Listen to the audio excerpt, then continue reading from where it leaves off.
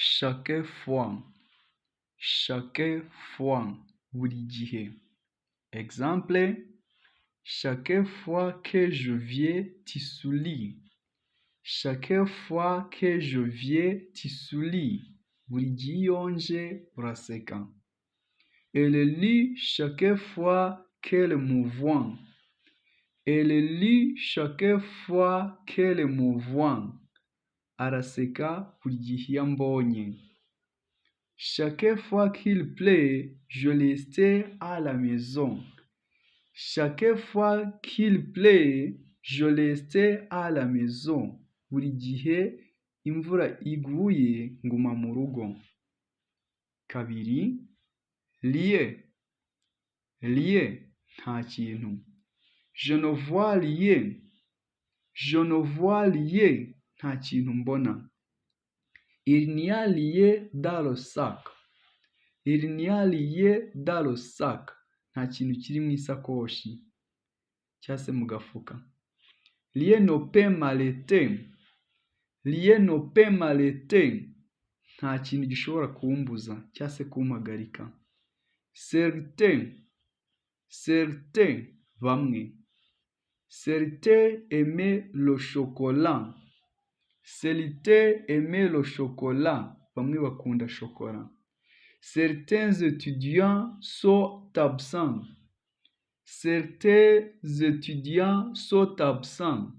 Bamwe mu banyeshuri basibye. Certains étudiants sont absents. Bamwe mu banyeshuri basibye. Certains jours sont très longs. Imwe mu minsi iba ari miremire cyane ikarambirana.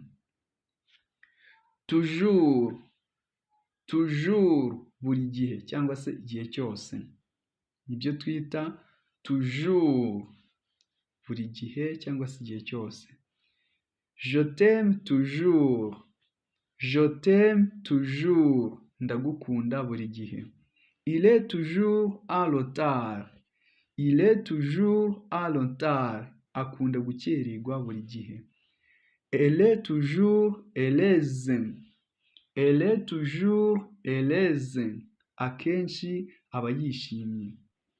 Jamais, nta na rimwe. Je ne mens jamais, simbeshya na rimwe.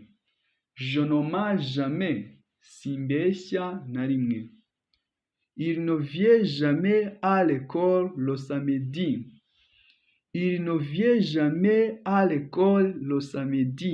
Nta na rimwe aza ku ishuri kuwa gatandatu. Je ne mange jamais de viande.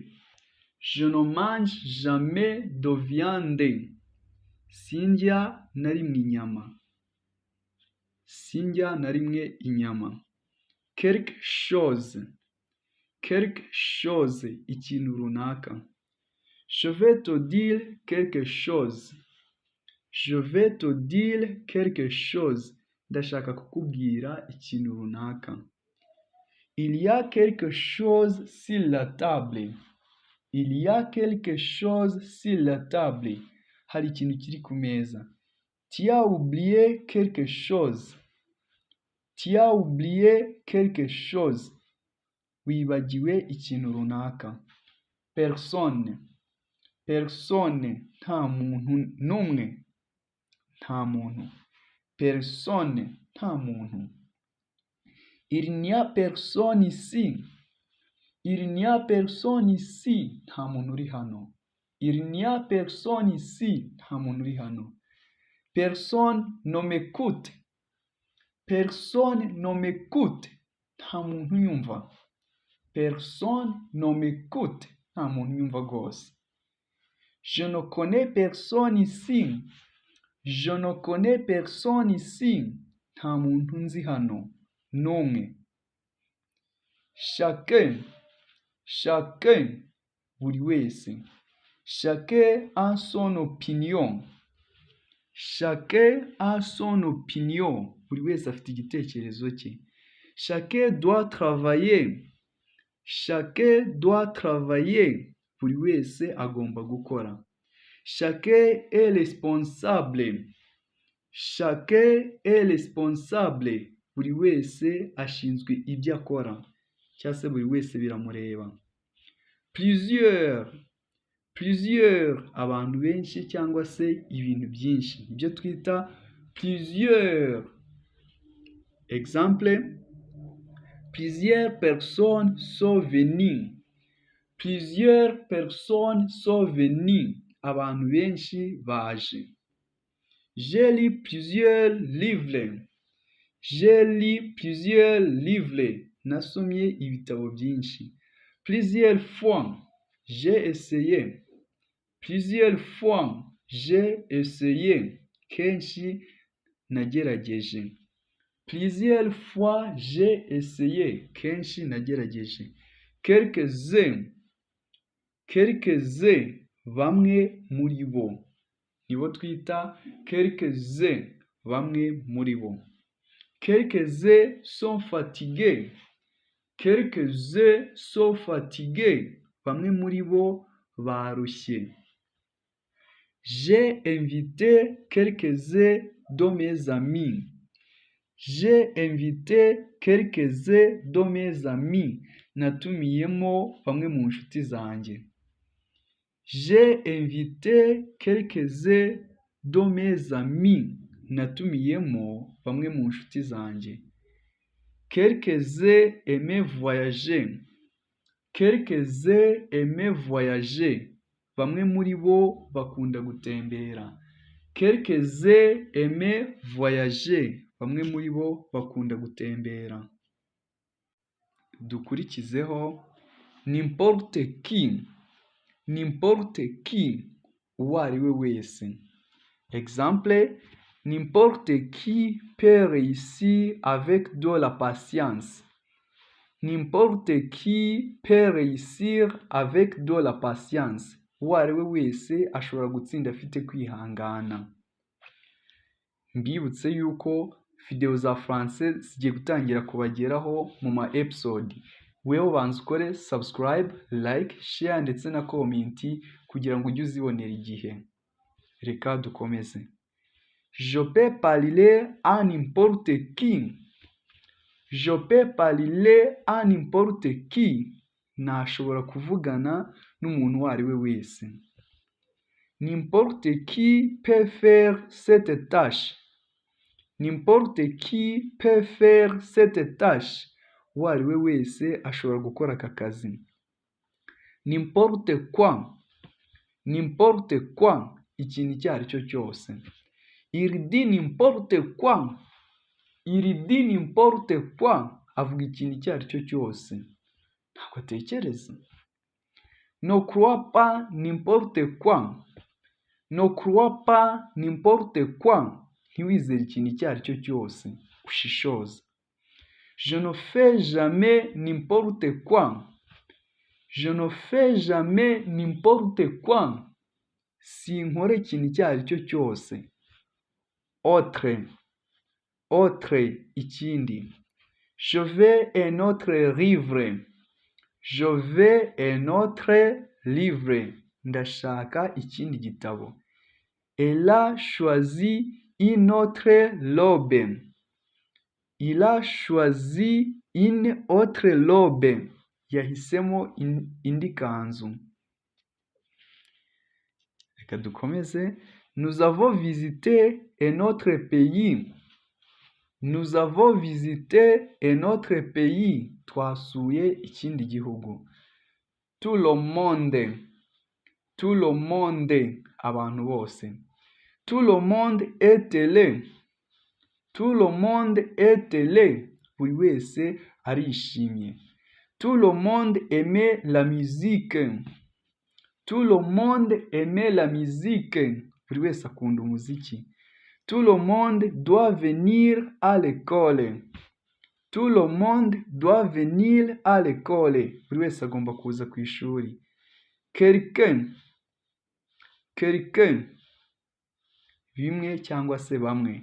J'ai quelques amis ici. J'ai quelques amis ici. Mfite zimwe mu nshuti hano. Quelques enfants jouent dehors. Quelques enfants jouent dehors. Bamwe mu bana bakina hanze. Quelques problèmes sont difficiles à résoudre. Quelques problèmes sont difficiles à résoudre.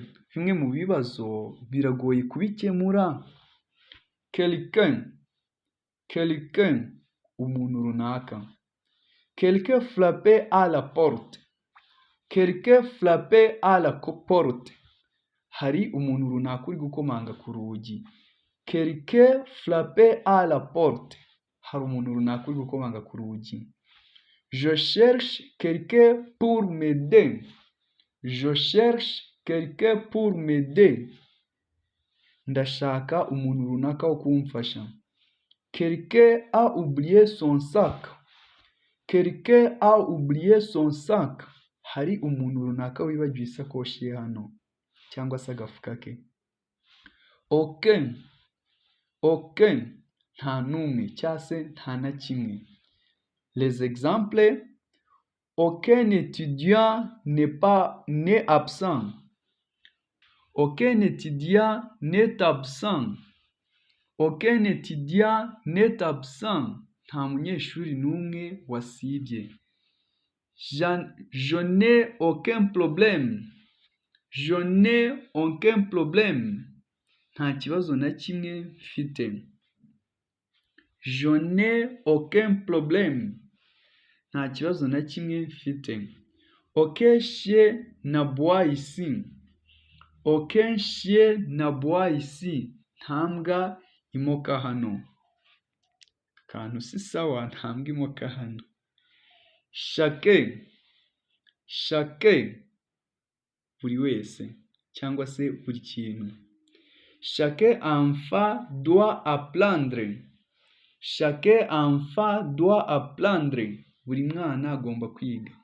Chaque maison a une porte. Chaque maison a une porte. Buri nzu ifite urugi. Chaque personne a un rêve. Chaque personne a un rêve. Buri muntu afite inzozi. P, bike cyangwa se ntoya. Il y a un peu de gens ici. Il y a un peu de gens ici. Hano hari abantu bake. J'ai peu d'argent. J'ai peu d'argent. Mfite amafaranga make. Peu de personnes comprennent son problème. Peu de personnes comprennent son problème. Abantu bake basobanukirwa iki kibazo. Beaucoup, beaucoup, benshi cyangwa se byinshi. J'ai beaucoup d'amis. Mfite inshuti nyinshi. J'ai beaucoup d'amis. J'ai beaucoup d'amis. Mfite inshuti nyinshi. Il y a beaucoup de nourriture. Il y a beaucoup de nourriture. Hari ibyo kurya byinshi. Beaucoup de gens aimaient son film. Beaucoup de gens aimaient son film. Abantu benshi bakunda iyi filime. Mwakoze kureba iyi video, kanda subscribe, like, share ndetse na comment kugira ngo ubone episode izakurikira iyi ngiyi.